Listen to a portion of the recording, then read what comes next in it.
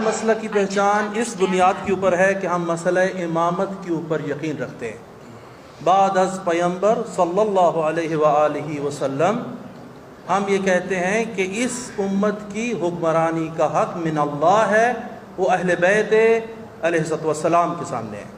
جو اہل بیت کے سامنے آئے ہم اس کو قبول کرنے کے لیے، اہانت کرنے کے لیے آمادہ نہیں ہیں، لیکن ہمیں یہ مجبور کیا جا رہا ہے کہ جو ان کے قول کے مطابق، جو ان کی تعریف کے مطابق اصحابی ہے، اس کے ساتھ بھی رضی اللہ لگاؤ۔ ہمارے نزدیک امیر معاویہ امیر المومنین کے سامنے اس نے جنگ کی ہے، ہم اس کے لیے رضی اللہ لکھنے کے لیے تیار نہیں ہیں۔ ہمیں مجبور کیا جا رہا ہے اس کے ساتھ بھی رضی اللہ لکھو۔ ہم کیوں لکھیں؟ ہماری کتب میں بھی نہیں لکھا جاتا، ہمیں مجبور کیا جا رہا ہے اس کے ساتھ بھی لکھو۔ ہمیں کہا جا رہا ہے کہ یزید کے متعلق اور دوسری چیزوں کے متعلق بھی یہی چیزوں کا اظہار کیا جائے۔ یہ ہمارے بنیادی معتقدات مسئلہ امامت کے برخلاف ہے۔ جو سقیفہ بنی ساعدہ میں بعد از پیغمبر جمع ہوئے، ہم ان کی اہانت نہیں کرتے، لیکن اس کو غیر قانونی فعل شمار کرتے ہیں۔ ہم یہ کہتے ہیں ہمارا بنیادی اعتقاد ہی ادھر سے شروع ہوتا ہے، باقی سب فروعی اختلاف ہے۔ ہم یہ کہتے، اور پھر علیہ السلام والی جو بات آغاز سید لے کر آئے ہیں، یہ بڑی حساس بحث ہے، سمجھنے کی کوشش کریں آپ لوگ۔ کیوں ہم علیہ السلام کہتے ہیں اہل بیت کو؟ کیونکہ ہم معصوم عن الخطا سمجھتے ہیں امیر المومنین کو اور 14 معصومین کو۔ جس طرح پیغمبران کو علیہ السلام کہتے ہیں، اسی واسطے ان کو علیہ السلام کہتے ہیں۔ رضی اللہ عنہ، اللہ ان سے راضی ہو جائے، یعنی جائز الامکان ہے وہ۔ ہم تو ان کو یعنی جائز الخطا سمجھتے ہیں، ہم بالکل جائز الخطا نہیں سمجھتے ان کو۔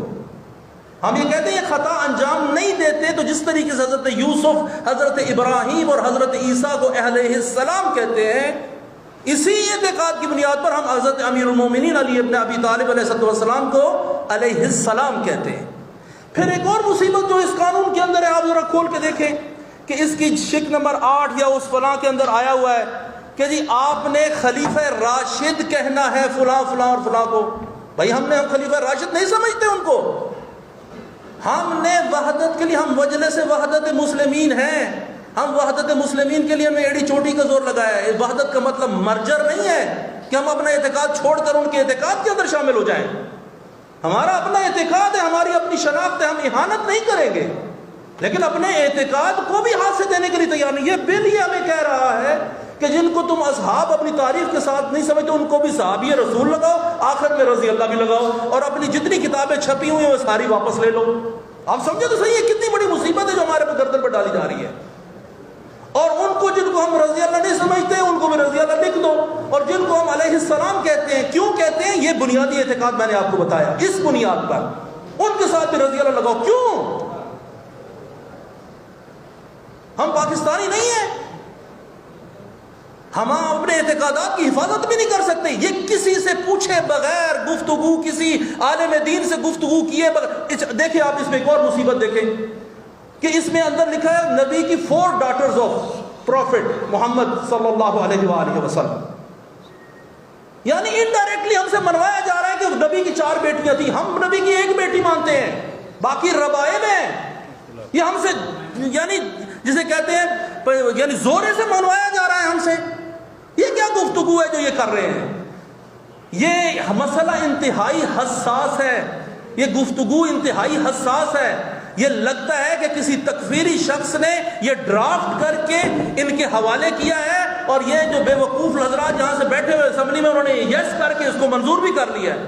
کسی عالم دین سے کنسلٹ تک نہیں کیا ہے انہوں نے۔ اور ایک اور چیز آپ دیکھیں، ہم جتنی بھی مجالس ہیں اس کے اندر ہم انتقاد کرتے ہیں، بحث امامت کے اوپر ہم انتقاد کرتے ہیں۔ اس کے اندر یہ لکھا ہوا ہے یہاں پر، اور یہ شک نمبر اس کے اندر لکھا ہے کہ any material printed or graphic that defames, criticises, brings into ridicule or disrepute فلاں فلاں، سارے سب کے نام لے کر آ رہے ہیں، اور پھر کہتے ہیں خلفائے راشدین اور فلاں۔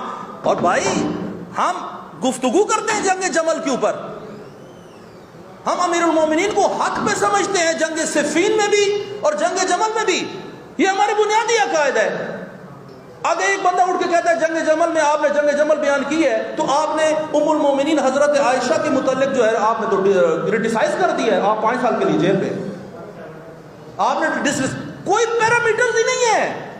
آپ اندازہ لگائیں، یہ ظلم سری ہے جو ہمارے متعلق کیا جا رہا ہے. یہ میں آپ کو بتا دوں، جس طرح آغا سید نے فرمایا، یہ سارے حضرات یہاں پر موجود ہیں، یہ صرف مجلس وحدت مسلمین نہیں بول رہی، یہ پوری شیعہ قوم یہاں پر بول رہی ہے. ذاکر، خطیب، طلاب، مدارس دینیہ، سب جگہ جگہ پر پورے پاکستان سے یہ لوگ ہیں جو گفتگو کر رہے ہیں آپ سے.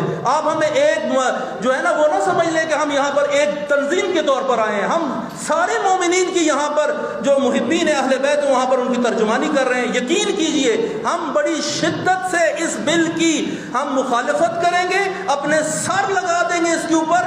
گورنر کیا، گورنر کا باپ بھی اس مسئلے کو قبول نہیں کر سکتا، یہ کسی صورت میں قبول نہیں ہوگا. اور ہم اس کے لیے یہاں پر اسمبلی کے سامنے اور ایک ایک ادارہ بند کر کے دکھائیں گے. آپ، یہ میرے دل کی آواز ہے اور میں اس کو اپنے تہہ دل سے کہہ رہا ہوں، سب یہاں پر کھڑے ہو جائیں گے. کسی صورت یہ بل قبول نہیں ہو سکتا، نہیں ہو سکتا اور نہیں ہو سکتا. والسلام علیکم ورحمۃ اللہ. جعفریہ پاکستان سے قبلہ حسینیہ کی آپ کی مخاطب ہے.